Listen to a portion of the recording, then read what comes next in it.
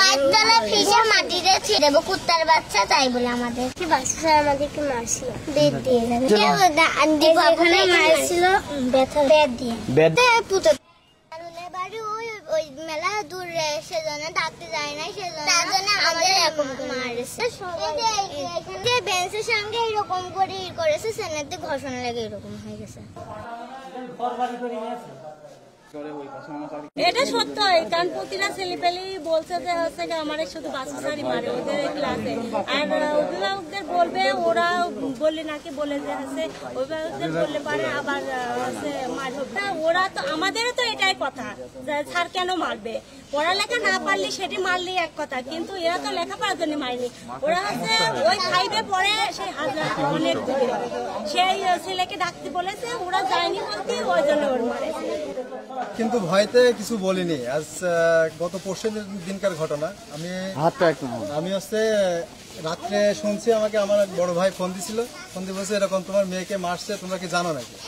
আমি বলছি কই, আমি তো শুনি নাই। ঠিক আছে, আমি মেয়েকে শুনি। তো বাসায় এসে দেখছি ঘুমাচ্ছে। আমি সকালবেলা জিজ্ঞেস করলাম, তো বলছে আব্বু মারছে, কিন্তু আমার থেকে আরো ওদের বেশি মারছে।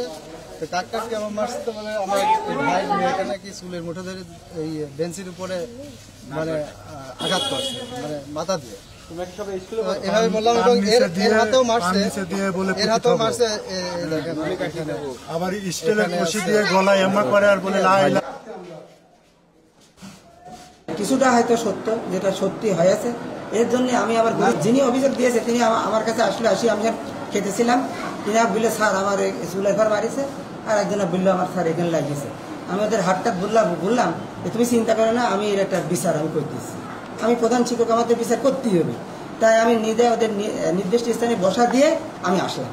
আসার পর আমি আবার সঙ্গে সঙ্গে আমি স্টাফ মিটিং করলাম। স্টাফ মিটিং করে আমার বাচ্চা সাহেব বললাম যে তুমি যে অভিযোগ বাচ্চাগুলো নিয়ে আসছে এটি কতদূর সত্যতা।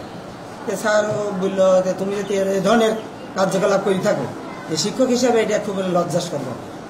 তোমরা পুনরাবৃত্তি যেন আর না হয়, এ ধরনের কাজের সাথে কোনদিন সম্পৃক্ত থাকবে না। সম্পৃক্ত থাকলে তুমি মাস্টারি করতে হবে। দুজন বলতে কি, সেই ঘটনাটা ঘটে শুধু ক্লাস 3 4-5 জন ছেলে আসলো, ওই 4-5 জন। আর এরা যারা ভুল করে সেই শ্রেণীতে ছিল।